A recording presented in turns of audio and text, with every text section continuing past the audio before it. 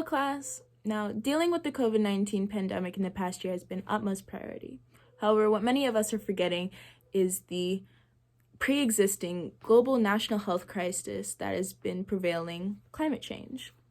Now, everyone has been affected by the pandemic in some way, and what we understand is the significant effect that it's had on our world today.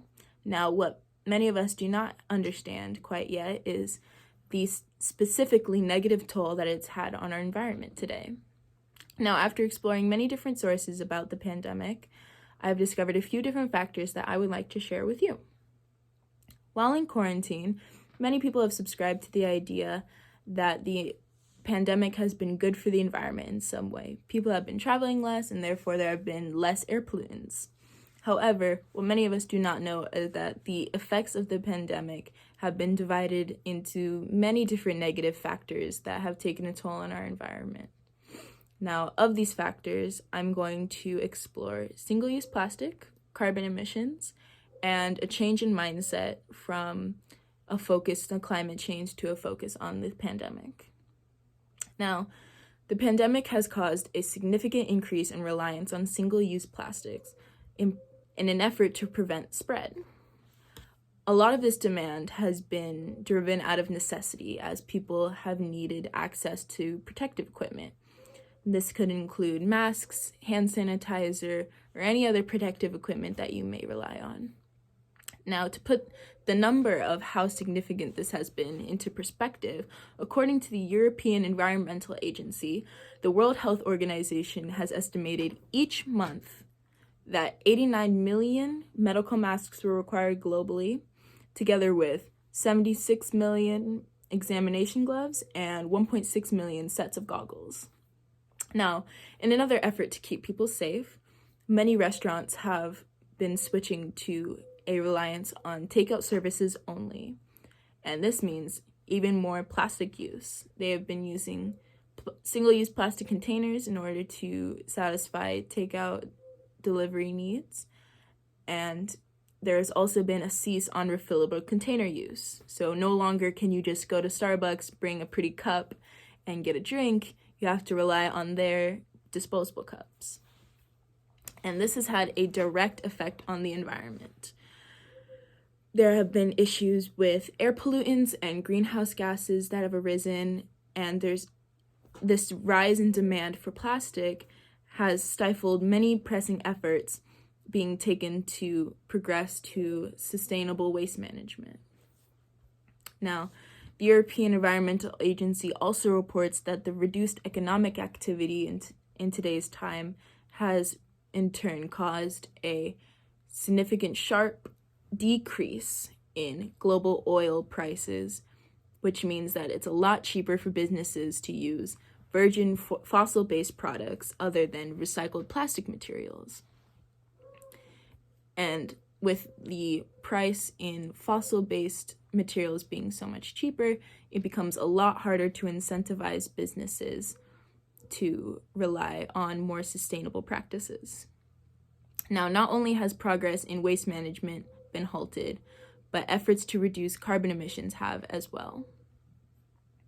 Thank you to data from the Integrated Carbon Observation System, we know that daily global CO2 emissions were down by 17% in early April. And this seems like a wonderful statistic until we further realized that as of December of 2020, those numbers had already decreased down to 5%.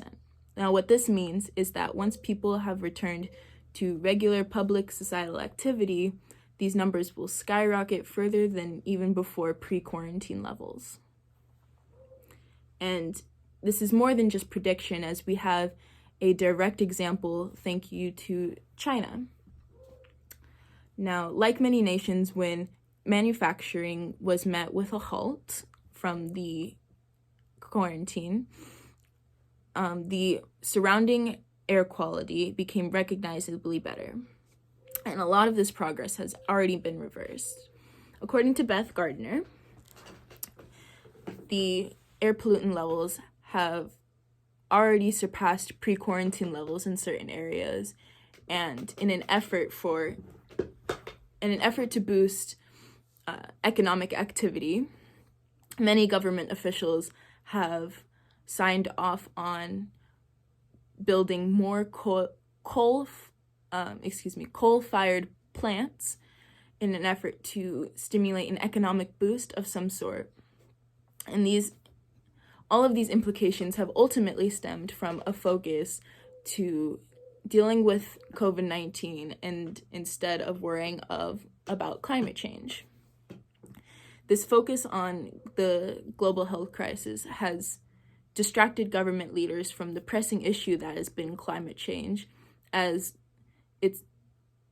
which has only recently been treated as a pressing issue in the political agenda today. Now, the effects of climate change are a lot less tangible than those of COVID-19. So when we push off conversations about climate change and the environment, it's a lot harder to see the effects of those decisions than it is to see the pandemic that's right in front of us. However, the International Organization for Mitigation reports that the UN climate talks that were scheduled for November 2020 have been postponed to past 2021. And that's just one example. However, this meeting was intended to encourage countries to set new mitigation targets that would have further incentivized action today that would help climate change. But without these, there is a lot less incentive for these countries to attempt to better themselves in efforts to use more sustainable practices. Another repercussion of focusing solely on the COVID-19 pandemic has been that funding for these climate mitigation programs has been significantly diminished and instead used on resources for the pandemic. In the big picture, I do not expect everyone to suddenly stop worrying about the pandemic and the very, very real repercussions and effects of it, but merely to recognize these underlying effects of focusing on solely the pandemic and to realize that these issues would not otherwise be paid attention to. Many of us are concerned with finding a vaccine and to end the pandemic, to return to normal life. However, it would just be irresponsible to not bring attention to these issues. So thank you for listening.